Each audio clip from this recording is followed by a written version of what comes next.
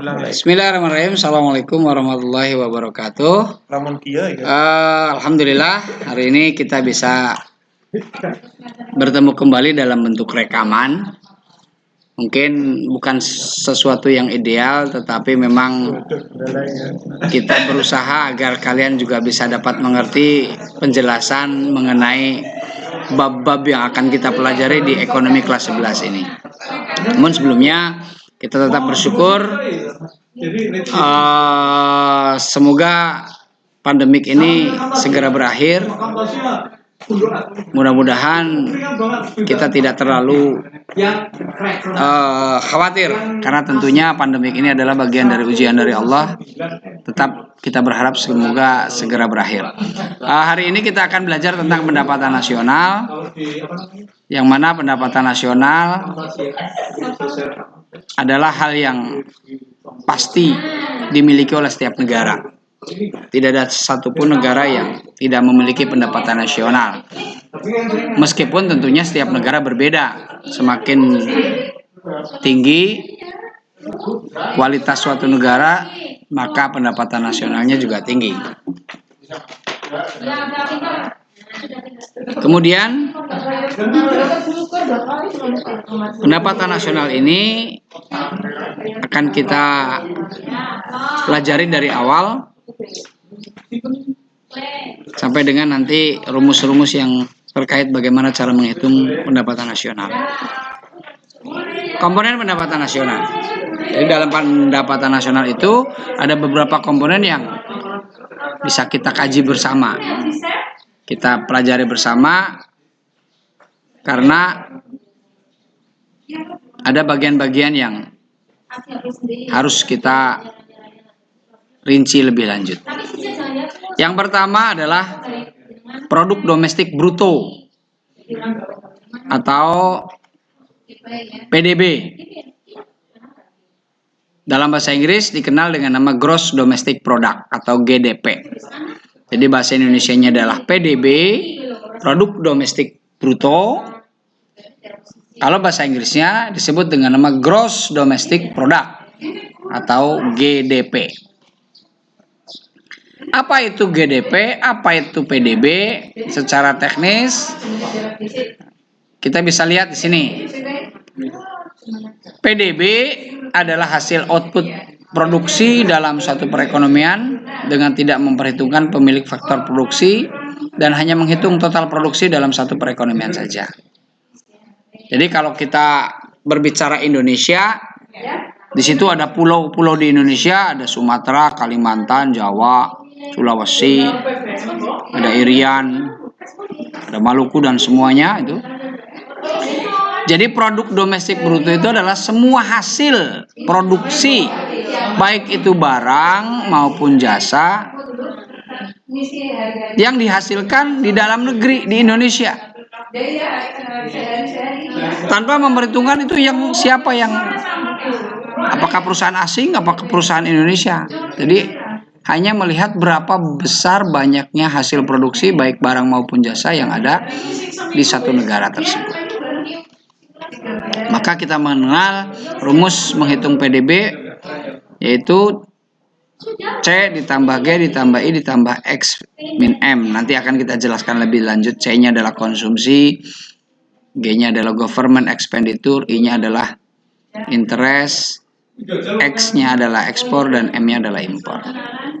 Atau produk domestik bruto sama dengan pengeluaran rumah tangga, pengeluaran pemerintah, pengeluaran investasi, investment, ekspor dan impor. Ini adalah rumus awal dalam menghitung PDB.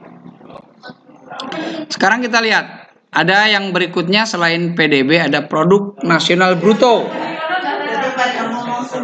atau PNB. Kalau dalam bahasa Inggris kita mengenal dengan nama Gross National Product atau GNP. Apa itu GNP? Gross National Product atau produk nasional bruto adalah hasil produksi dalam satu wilayah yang telah dikurangi hasil faktor produksi yang pemiliknya bukan berasal dari dalam perekonomian, serta ditambah nilai faktor produksi dari dalam perekonomian yang berada di luar daerah perekonomian. Oke, jelimet. kalau kita membaca teorinya. Kalau kita lihat tadi di awal sudah disampaikan ada gross domestic product, semua hasil yang dihasilkan di dalam negeri.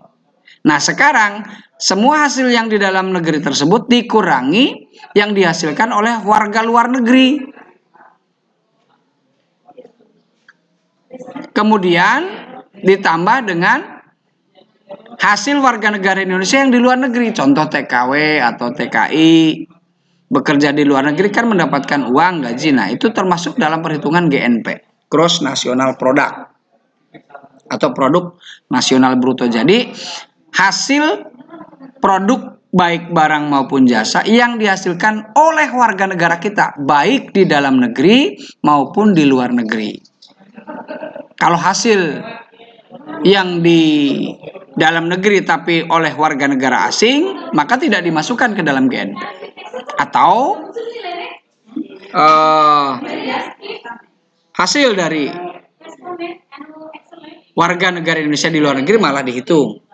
Maka kita lihat di sini produk nasional bruto sama dengan PDB ditambah hasil faktor produksi milik domestik yang ada di luar negeri dikurangi hasil output faktor produksi milik luar negeri yang ada di dalam negeri. Berikutnya yang ketiga, produk nasional neto atau PNN. Kalau tadi bruto itu kotor, sekarang neto bersih. Atau dalam bahasa lain disebut dengan nama Net National Product atau NNP. Bahasa Indonesianya PNN, bahasa Inggrisnya NNP. Produk nasional neto adalah produk nasional yang memperhitungkan pengeluaran investasi neto dengan mengurangi investasi bruto dengan depresiasi. Depresiasi itu penyusutan. Jadi kalau kita punya motor, harga belinya 20 juta, setelah 1 tahun dijual mungkin cuma tinggal 10 juta. Itu namanya penyusutan. Atau kalian punya HP di rumah, baru beli 2 juta, 3 bulan dijual sudah tinggal 1.500.000. Karena 500 ribunya mengalami penyusutan. Maka PNN atau produk nasional neto sama dengan produk nasional bruto PNB dikurangi oleh depresiasi atau penyusutan. Contoh ini ada gambar US Net Saving Gross National Income. Gross National Income, pendapatan nasional neto. Kalau tadi produk nasional neto, sekarang pendapatan. Bahasa Inggrisnya Net National Income.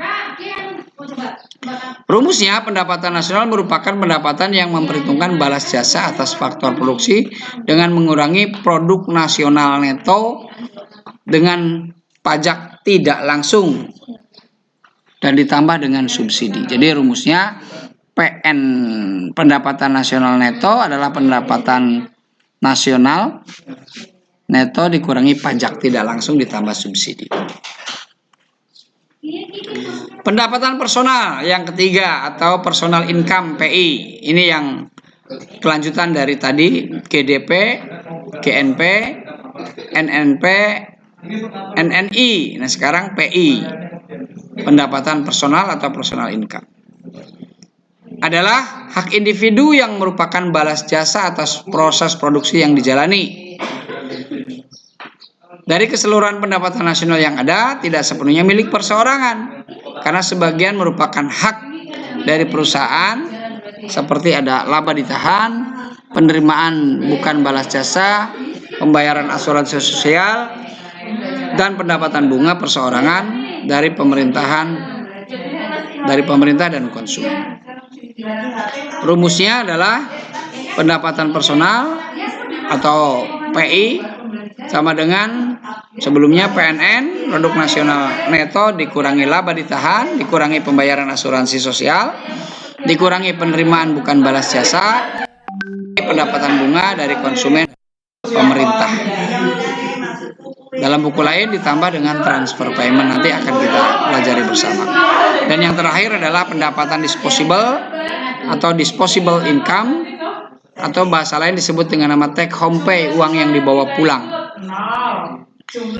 Pengertiannya adalah penghasilan individu dalam suatu perekonomian yang bersih dan sudah bisa dibelanjakan secara keseluruhan setelah pendapatan nasional dikurangi dengan pajak penghasilan perseorangan.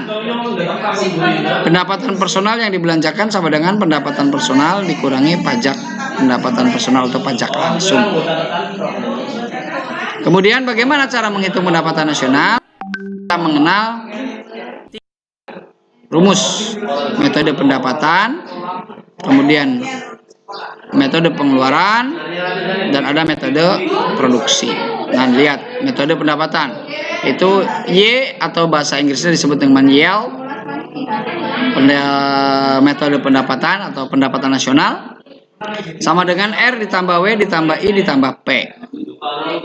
Y itu adalah pendapatan nasional, R itu dari kata rent, sewa, W itu dari kata wage, upah, I bunga, interest, P keuntungan, profit. Jadi pendapatan nasional itu dihitung dari 4 poin tadi. Sewa yang diterima oleh pemilik faktor produksi, upah yang diterima oleh karyawan atau pegawai, bunga dikarenakan menyetorkan modal, dan keuntungan berasal dari skill, dari faktor produksi skill. Yang berikutnya adalah metode produksi,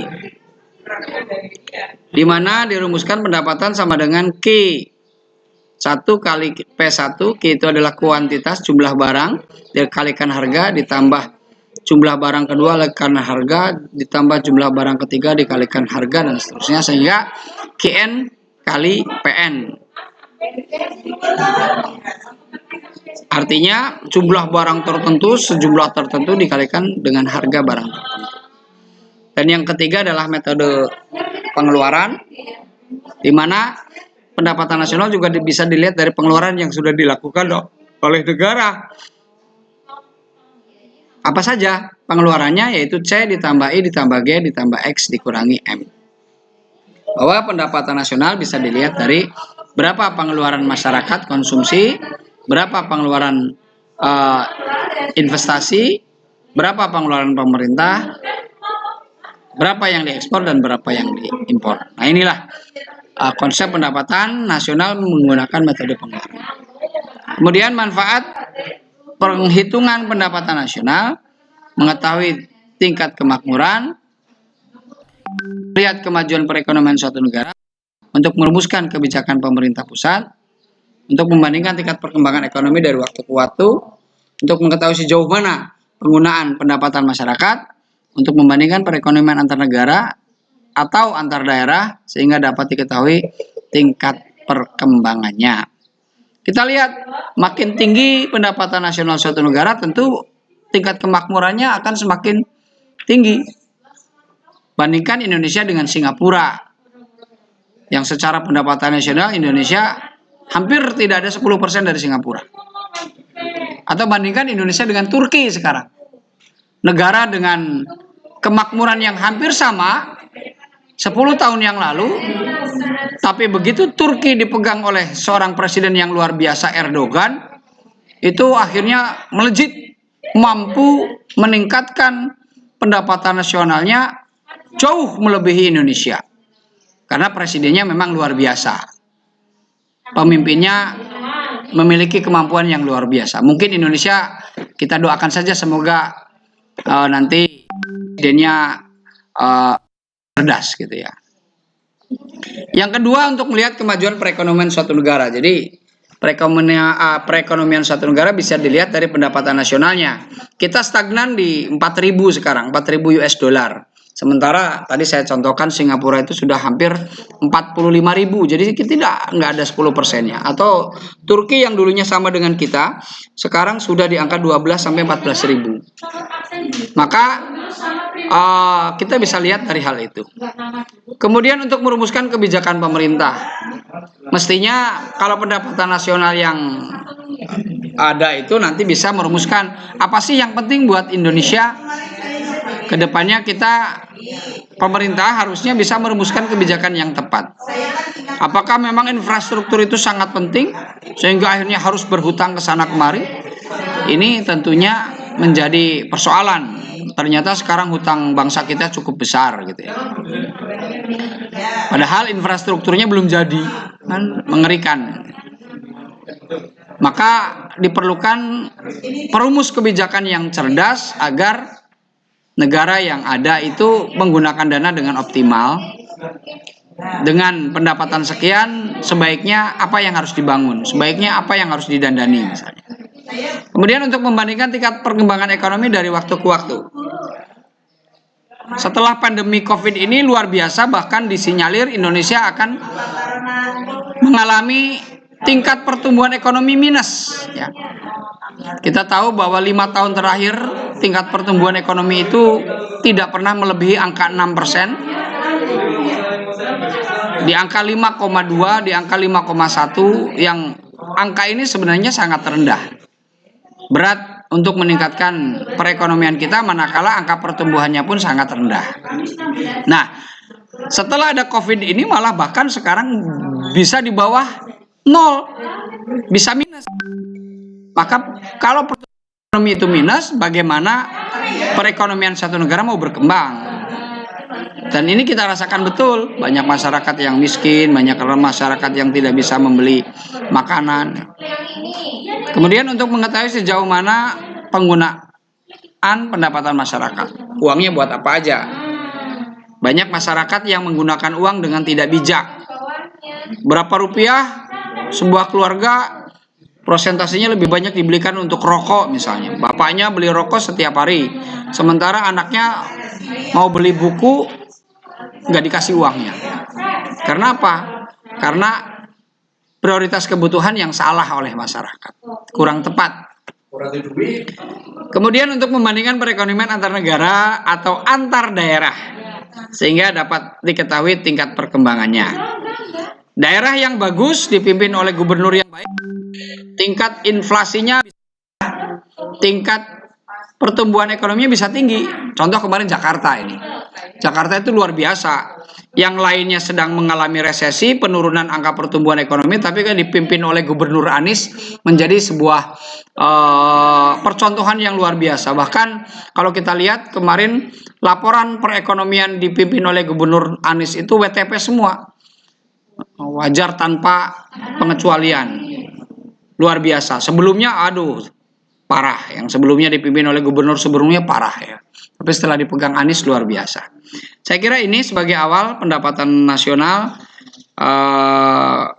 Silahkan kalian coba kerjakan tugas di bawah ini. Nanti fotokan hasil pekerjaanmu dan kirim hasilnya lewat WA ke Bapak ya.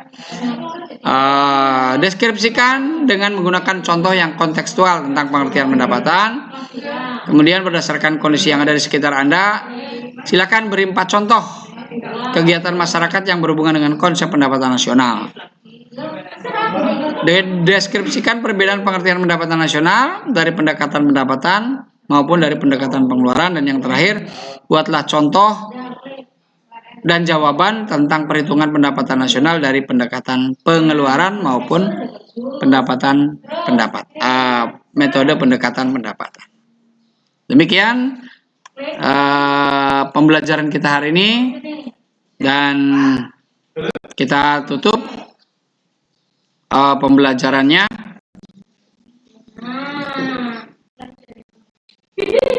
Semoga kalian bisa paham dan bisa mengerti apa yang tadi saya jelaskan. Terima kasih. Assalamualaikum warahmatullahi wabarakatuh.